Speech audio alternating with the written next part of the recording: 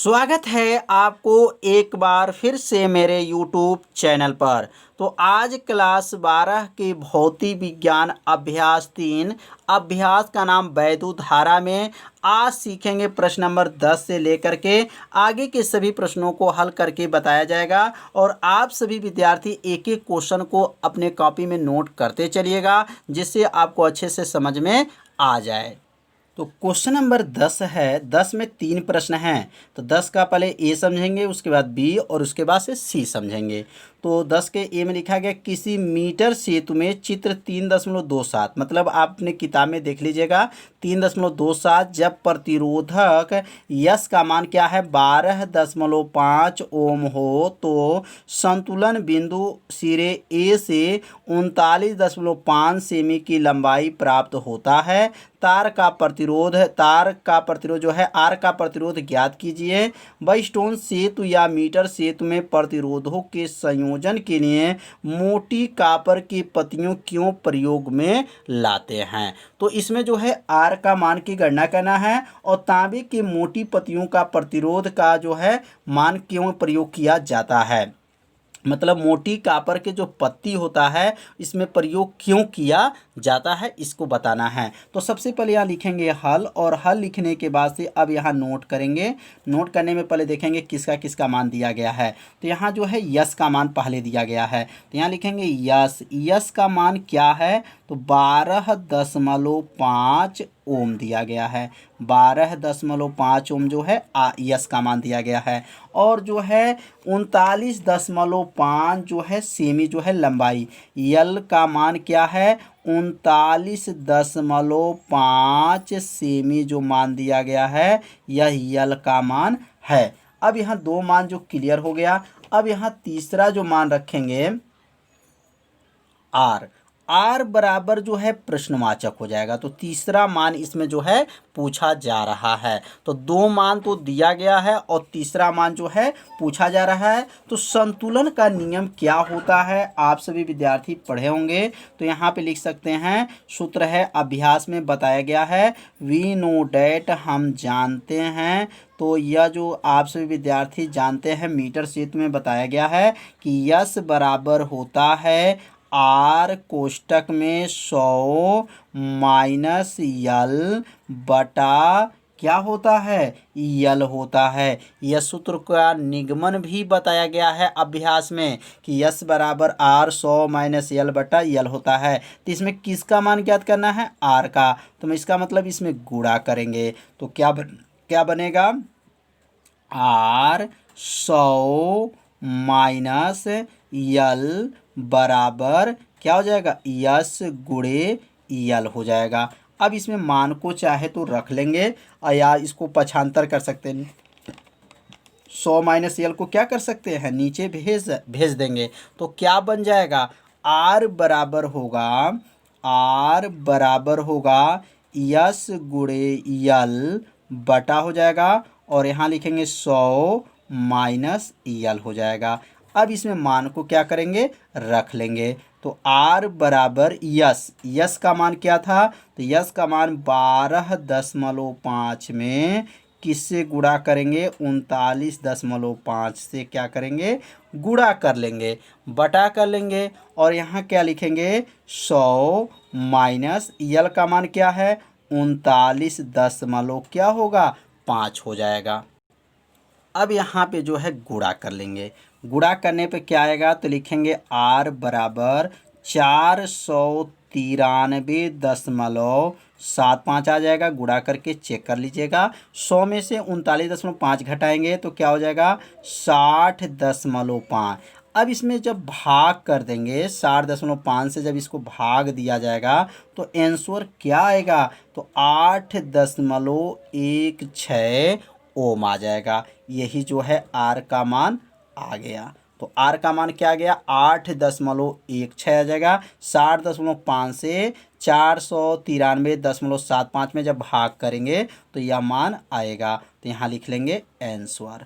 अब इसमें एक और क्वेश्चन है कि मोटी कापर की पत्तियां क्यों प्रयोग करते हैं। तो यहाँ लिख लेंगे तांबे की मोटी पत्तियों का प्रयोग क्यों किया जाता है। तो इसके नीचे लिख लीजिएगा कि तांबे की मोटी, तो तांबे की मोटी पत्तियों का प्रतिरोध जो होता है वह नगण्य होता है, इसलिए इसका प्रयोग किया जाता है। मतलब इसमें क्वेश्चन में पूछा गया था कि मोटी कॉपर की पत्तियों क्यों प्रयोग करते हैं, तो मोटी तांबे की पत्तियों का प्रतिरोध क्या होता है, नगण्य होता है, इसलिए इसका प्रयोग किया जाता है। तो आप सभी विद्यार्थी से अपने कॉपी में नोट कर लीजिए। अब 10 का बी जो क्वेश्चन है, अभी लिखा गया है आर तथा यस को अंतर बदल करने पर उपरोक्त सेतु का संतुलन बिंदु ज्ञात कीजिए। मतलब आर और यस का मान को बदलना है। जो यहाँ पे यस का मान जो ऊपर क्या है, तो यस का मान जो है 12 क्या है 5 है, और जो है आर का मान कितना आया है 8.16 है। तो ये दोनों मान को आपस में क्या कर लेंगे, बदल लेंगे। मतलब यह मान यस का हो जाएगा और यह मान जो है आर का हो जाएगा। तो यल का मान इसमें पूछा जा रहा है, संतुलन बिंदु ज्ञात कीजिए। मतलब यल का मान इसमें पूछा जा रहा है। तो अब ये दोनों मान को जो है क्या कर लेंगे, बदल लेंगे। तो अब यहाँ पे लिख लेंगे पहले हल, और हल लिखने के बाद लिखेंगे कि ये दोनों मान जो है आर तथा क्या है यस का मान परस्पर क्या कर दिया जाएगा, बदल दिया जाता है। तो यहाँ लिखेंगे जब आर तथा यस को परस्पर क्या करेंगे, परस्पर बदल दिया जाता है। परस्पर क्या किया जाता है, बदल दिया जाता है। मतलब आर का मान अब यस का मान हो जाएगा और यस का जो मान था वह आर का मान हो जाएगा। तो अब एक बार और मान को देख लेंगे। तो यह यस का मान क्या है 12.5 है। तो अब यह यस का मान नहीं रहेगा, अब ये किसका मान हो जाएगा, आर का मान हो जाएगा। तो यहाँ लिखेंगे आर बराबर हो जाएगा 12.5 क्या हो जाएगा 12.5 ओम हो जाएगा। और यस का मान क्या होगा, तो यस का मान हो जाएगा, अब यहाँ देख लेंगे आर का मान क्या आया था, तो आर का मान 8.16 आया था। तो अब आर वाला मान किसका मान हो जाएगा, यस का मान हो जाएगा। तो अब यहाँ लिख लेंगे 8.16 ओम हो जाएगा। तो ये दोनों मान आपस में क्या कर दिया गया, बदल दिया गया। अब यहाँ लिखेंगे यल बराबर जो है प्रश्नवाचक हो जाएगा। यल बराबर इसमें पूछा जा रहा है। अब यहाँ सूत्र लिखेंगे, तो सूत्र क्या जानते हैं, यस बराबर जानते हैं। यहाँ लिख सकते हैं कि यस बराबर होता है, फार्मूला है क्या है, आर कोष्टक में क्या है 100 माइनस यल बटा क्या होता है, यल होता है। यह सूत्र आप सभी विद्यार्थी पढ़ चुके होंगे। यह सूत्र इस जो है अभी प्रश्न नंबर 10A में भी प्रयोग किया गया है। ये 10A में भी देखिए सूत्र का प्रयोग किया गया है और 10B में भी जो है सूत्र का प्रयोग किया जा रहा है। अब यहाँ पे जो है मान को क्या करेंगे, रख लेंगे। तो यस का मान कितना आया है, तो यस का मान जो है 8.16 आया है। तो यहाँ लिखेंगे 8.16 बराबर हो जाएगा। और आर का मान जो है कितना आया है 12.5 है। और यहाँ लिखेंगे 100 माइनस यल पूरे का बटा क्या है, यल है। तो यहाँ पे यस का मान हो गया और यह मान जो है आर का मान हो गया। अब यहाँ पे जो है इसमें जो है गुणा कर लेंगे। मतलब इसका जो गुणा जब इसमें होगा तो क्या नोट कर लेंगे यहाँ पर, तो गुणा करने पर क्या हो जाएगा 8.16 यल हो जाएगा, बराबर हो जाएगा। अब 12.5 का गुणा जब 100 में एक बार करेंगे और एक बार यल में करेंगे तो क्या हो जाएगा 1250 हो जाएगा। जब 12.5 का गुणा जब 100 में करेंगे तो एक जीरो से दशमलव हटेगा तो 125, दहा में क्या होगा 1250 हो जाएगा।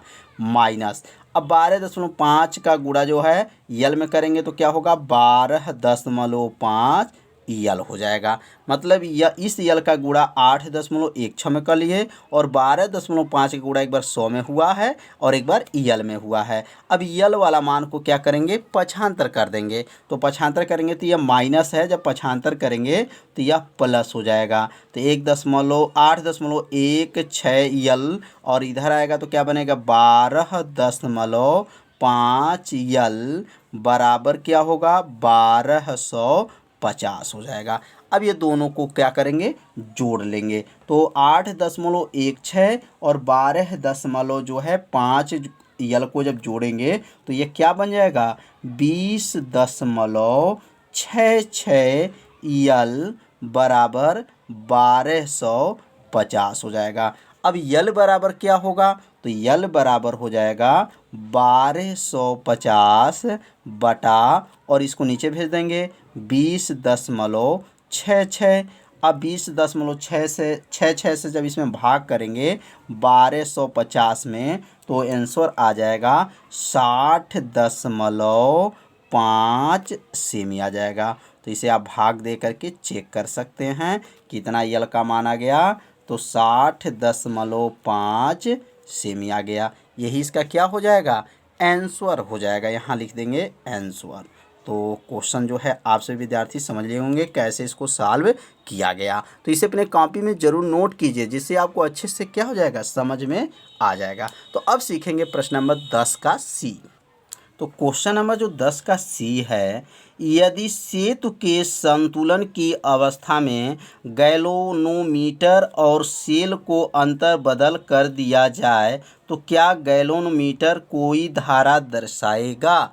मतलब मीटर जो सेतु है संतुलन की अवस्था में है तो गैल्वेनोमीटर और सेल को अंतर बदल कर देते हैं तो क्या गैल्वेनोमीटर में कोई धारा दर्शाएगा। तो लिखेंगे धारा मापी में कोई प्रवाहित नहीं होगी। मतलब धारा मापी में कोई भी धारा जो होगा प्रवाहित नहीं होगी। तो यहाँ लिख लेंगे, यहाँ पर पहले लिखेंगे हल और हल लिखने के बाद से नोट कर लेंगे कि धारा मापी में, यहाँ लिखेंगे धारा मापी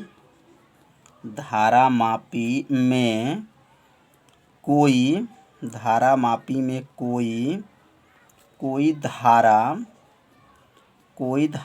प्रवाहित नहीं होगी। कोई धारा प्रवाहित नहीं होगी। अब नहीं होगी तो क्यों नहीं होगी, यहाँ नहीं होगी जब संतुलन पर, ध्यान देंगे जब संतुलन अवस्था है, संतुलन पर धारा मापी और सेल, धारा मापी और क्या कर लें सेल को आपस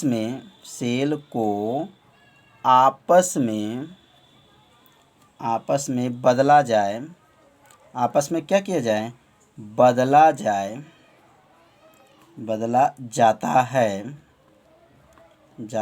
है तो यह बदला जाता है तो यह कोई धारा, बदला जाता है तो कोई धारा नहीं दर्शाता है, कोई धारा नहीं दर्शाएगा। तो समझ में आ गया होगा कि धारा मापी में कोई धारा प्रवाहित नहीं होगी जब संतुलन पर धारा मापी और सेल को आपस में क्या किया जाए, बदला जाता है तो कोई धारा नहीं दर्शाएगा। तो समझ में आ गया होगा। इसे अपने कॉपी में क्या कीजिए, नोट कर लीजिए। मतलब जो गैल्वेनोमीटर को अगर सेल में बदला जाएगा तो उनके धारा में कोई जो है परिवर्तन नहीं होगा। मतलब धारा मापी में कोई धारा प्रवाहित नहीं होगा। तो समझ में आ गया होगा। अब हम लोग सीखेंगे प्रश्न नंबर 11।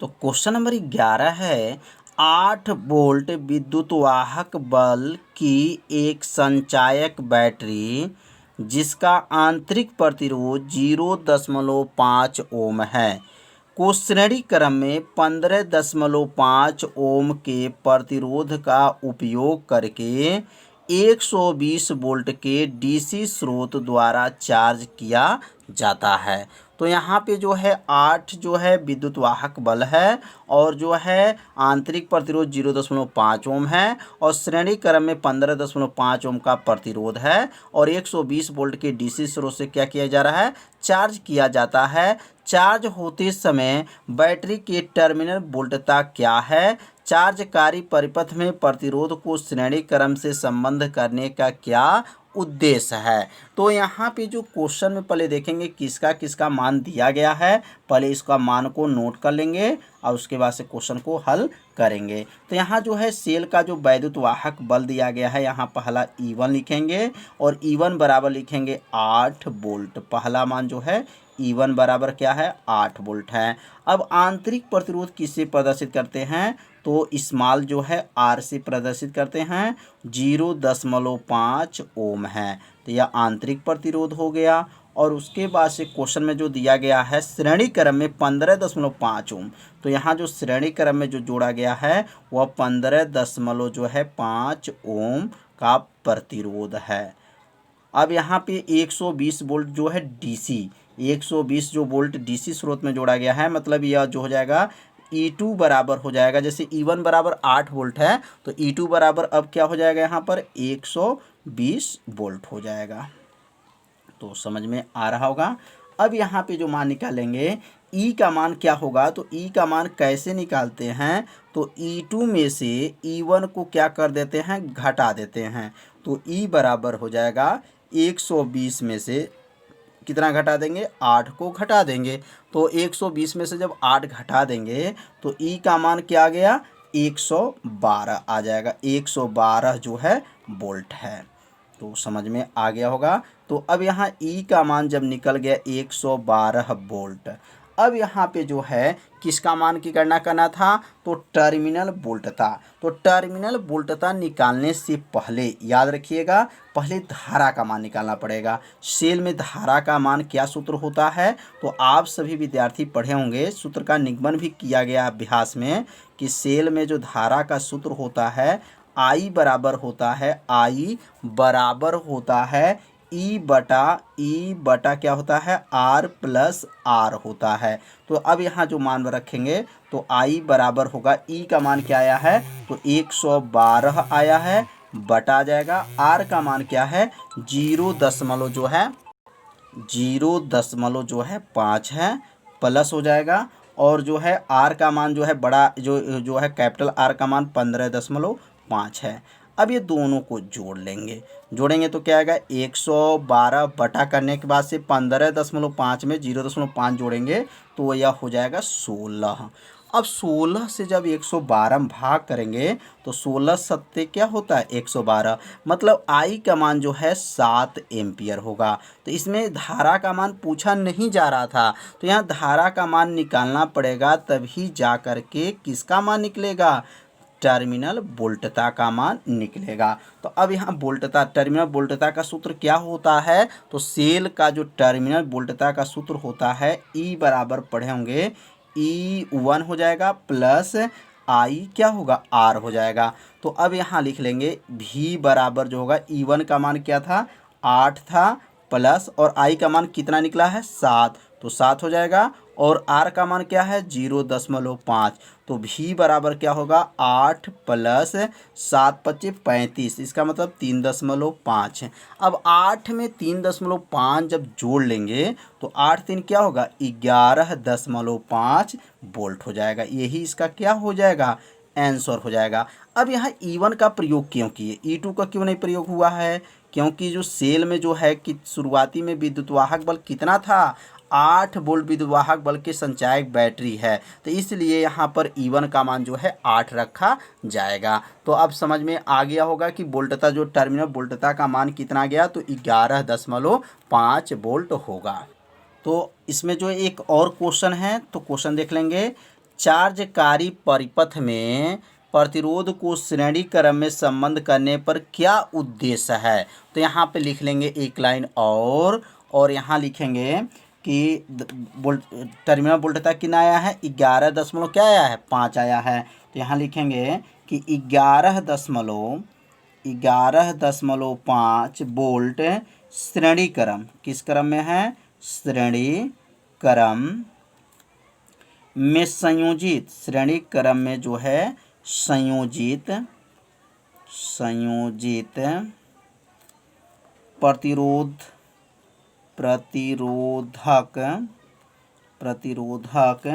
बाह्य स्रोत, क्या है, बाह्य स्रोत से ली गई धारा को सीमित करता है, को क्या करता है, सीमित करता है।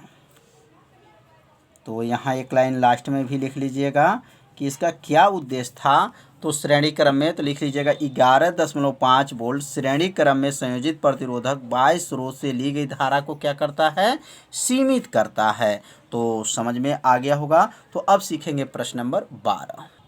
तो क्वेश्चन नंबर 12 जो है, किसी पोटेशियोमीटर व्यवस्था में 1.25 वोल्ट विद्युत वाहक बल के एक सेल का संतुलन किसी तार के 35.0 cm मतलब सेमी लंबाई पर प्राप्त होता है। मतलब जो एक पोटेशियोमीटर जो व्यवस्था है, वो पहला जो विद्युत वाहक बल कितना दिया गया है, 1.25 वोल्ट है, और यहाँ पे जो है संतुलन बिंदु तार की लंबाई क्या है, 35.05 सेमी, मतलब 35.0 मतलब 35 से ही कहा जाएगा। यदि इस सेल को किसी अन्य सेल द्वारा प्रतिस्थापित कर दिया जाए तो संतुलन बिंदु कितना हो जा रहा है, 63.0, मतलब इसको 63 ही कहा जाएगा, पर स्थानांतरित हो जाता है। तो दूसरे सेल का विद्युत वाहक बल क्या है, मतलब इसमें E2 का मान जो है पूछा जा रहा है। तो यहाँ सबसे पहले लिखेंगे हल, और हल लिखने के बाद से अब यहाँ जो है मान रखेंगे। यहाँ जो मान होगा, पहला जो मान दिया गया है E1,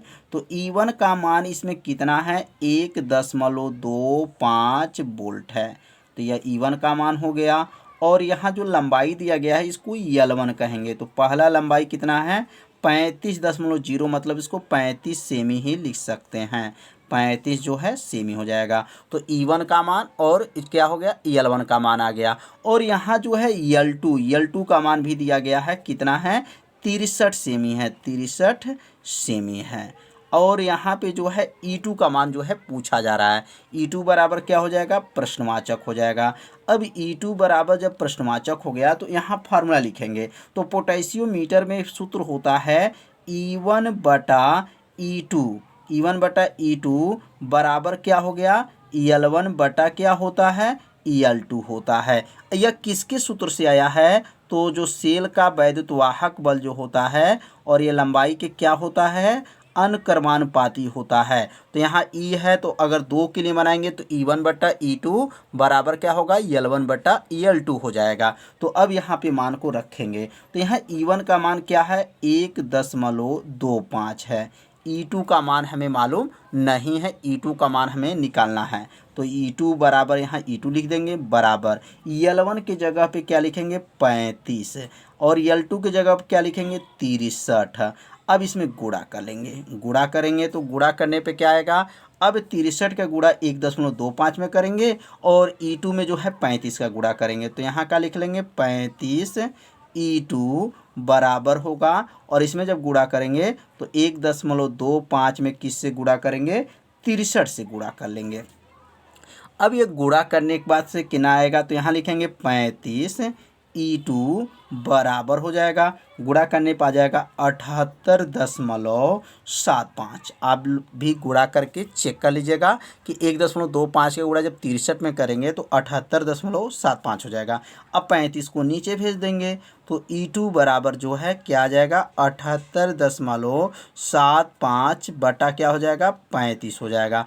अब ये 35 से जब इसमें भाग करेंगे किसमें, 78.75 में, तो यह मान आ जाएगा 2.25, और यहाँ क्या लिखेंगे, वोल्ट, क्योंकि सेल का वैद्युत वाहक बल का मात्रक क्या होता है, वोल्ट होता है। तो यहाँ पे किसका मान आ गया, E2 का मान जो है निकल गया। तो यही क्या हो जाएगा, इसका आंसर हो जाएगा। तो समझ में आ गया होगा। तो अब सीखेंगे प्रश्न नंबर 13। तो क्वेश्चन नंबर जो 13 है, किसी तांबे के चालक में मुक्त इलेक्ट्रॉनों की संख्या घनत्व उदाहरण 3.1 में 8.5 गुणे 10 के पावर 28 मीटर के ऊपर 3 घात आंकलित किया गया है। मतलब उदाहरण जो है 3.1 आप अपने किताब से देख सकते हैं। और जो है इसमें दिया गया 3 मीटर लंबे तार को एक सिरे से दूसरे सिरे तक अपवाह करने में इलेक्ट्रॉन कितना समय लेता है।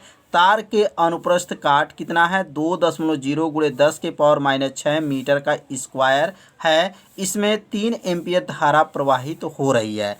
तो पहले क्वेश्चन को अच्छे से पढ़िए और पढ़ने के बाद से पहले नोट करेंगे कि इस क्वेश्चन में किसका किसका मान दिया गया है। तो पहला जो मान है यहाँ पे दिया गया है, पहले यहाँ लिखेंगे हल, और हल लिखने के बाद से पहला जो मान दिया गया है n बराबर जो है क्या मान है 8.5 गुणे 10 के पावर जो है 28 है। और इसका मात्रक यहाँ दिया गया है मीटर के ऊपर का घात है 3 घात।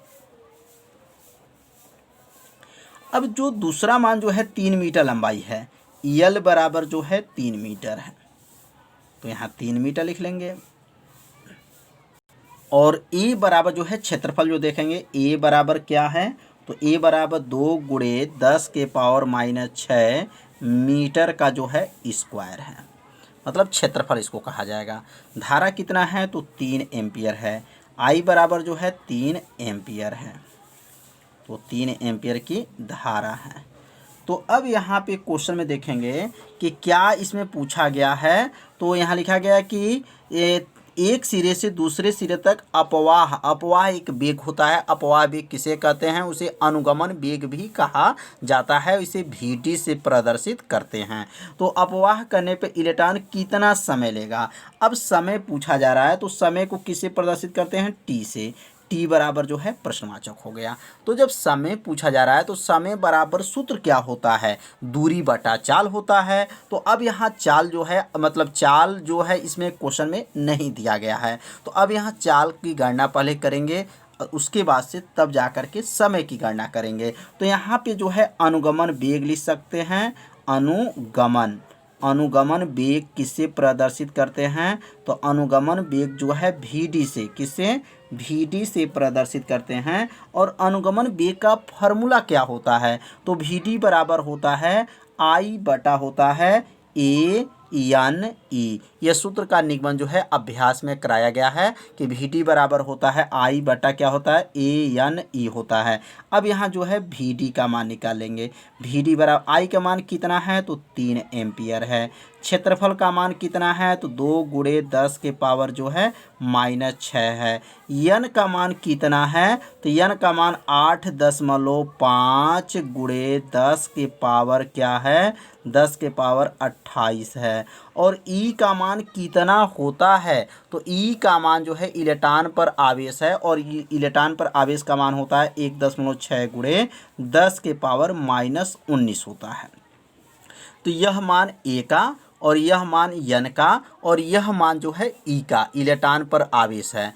अब यह जो मान है, अब इसका 2 का गुणा 8.5 में करेंगे, जितना उत्तर आएगा 1.6 में कर लेंगे। और यह घात को कैसे हल करेंगे, तो यहाँ लिखेंगे vd बराबर, अब ये लिखेंगे 3 बटा, अब 2 का गुणा 8.5 में और 1.6 में जब गुणा कर लेंगे तो यह आ जाएगा 27.2 हो जाएगा। गुणे 10 के पावर अब कितना होगा, यह 28 है, तो -6 और -19 -25 हो जाएगा। 28 में से जब 25 घटा देंगे तो कितना घात बचेगा, 3 घात बचेगा। तो 10 के पावर 3 हो गया। कैसे हुआ है, -19 -6 -25, 28 में से 25 घटाएंगे 3 घात। अब 10 के पावर 3 घात जब ऊपर जाएगा तो vd बराबर क्या बनेगा, 3 गुणे 10 के पावर -3 घात हो जाएगा, बटा क्या हो जाएगा 27.2 हो जाएगा। अब यहाँ भाग देंगे तो यहाँ देखेंगे 3 है और ये 27.2 है, तो मतलब ये अधिक है। तो इसको क्या कर सकते हैं, इसको लिख सकते हैं 30 गुणे 10 के पावर, अब क्या हो जाएगा -4। पहले -3 था, अब क्या कर लिए -4, मतलब एक जीरो जब यहाँ बढ़ाए हैं तो -3 से अब क्या हो गया -4 हो जाएगा। और यहाँ लिखेंगे 27.2। अब 27.2 से जो है 30 में जब भाग करेंगे तो भाग देने पे कितना आएगा, तो भाग देने पे जो है 1.1 आ जाएगा। कितना आएगा? 1.1 10 के पावर -4, और या इसका मात्रक क्या होता है तो लिख लेंगे मीटर प्रति सेकंड होगा, क्योंकि चाल का मात्रक जो होता है मीटर प्रति सेकंड होता है। अब यहाँ पे समय निकालेंगे, तो समय का सूत्र क्या होता है तो यहाँ लिखेंगे समय बराबर होता है दूरी बटा क्या होता है, दूरी बटा चाल। चाल लिख सकते हैं यहाँ पे, चाल या अनुगमन वेग भी लिख सकते हैं। तो समय को किससे प्रदर्शित करेंगे तो टी से, दूरी को यल से, लंबाई का मात्रक लंबाई को भी किससे प्रदर्शित करते हैं यल से, और चाल को यहाँ किससे प्रदर्शित करेंगे वी डी से। अब यहाँ मान को रख लेंगे तो टी बराबर यल, यल मतलब लंबाई कितना मीटर था तो 3 मीटर लंबाई था। कितना मीटर? 3 मीटर, मतलब इसकी दूरी जो है 3 मीटर हो जाएगा। और यहाँ मान जो निकला है 1.1 गुणे 10 की पावर क्या है -4 है। ये -4 जब ऊपर चला जाएगा तो क्या बन जाएगा तो टी बराबर होगा 3 गुणे 10 की पावर यह 4 घात जो हो जाएगा माइनस हट जाएगा, क्योंकि माइनस से जब ऊपर जाता है तो ये माइनस हट जाएगा और नीचे क्या रहेगा 1.1 हो जाएगा। अब 1.1 से जो है 3 में भाग कर देंगे तो भाग देने पर कितना आ जाएगा तो भाग देने पे 2.7 आ जाएगा। तो यहाँ लिख लेंगे टी बराबर 2.7 गुणे 10 की पावर 4, और यहाँ क्या लिखेंगे सेकंड। क्या लिख लेंगे सेकंड। ये किसका मान आ गया तो यह जो मान निकल गया ये टाइम मतलब टी का मान जो है निकल गया। तो समझ में आ गया होगा कैसे इसको हल किया गया है। यदि आपको समझ में नहीं आया होगा तो वीडियो को एक बार और देखिएगा, जिससे आपको पूरा अच्छे से समझ में आ जाएगा। तो आज जो है यह अभ्यास जो है वैद्युत धारा का अभ्यास पूरे प्रश्न को हल कर दिया गया। तो अब कल से हम लोग पढ़ेंगे अभ्यास 4, और अभ्यास 4 का नाम जो है गतिमान आवेश एवं चुंबकीय क्षेत्र है। तो कल का अभ्यास जो है आपसे विद्यार्थी जरूर देखिएगा। तो आज का पढ़ाई जो है इतना ही रहेगा। तो मिलते हैं अगले भाग में, तब तक के लिए सभी विद्यार्थियों को नमस्कार।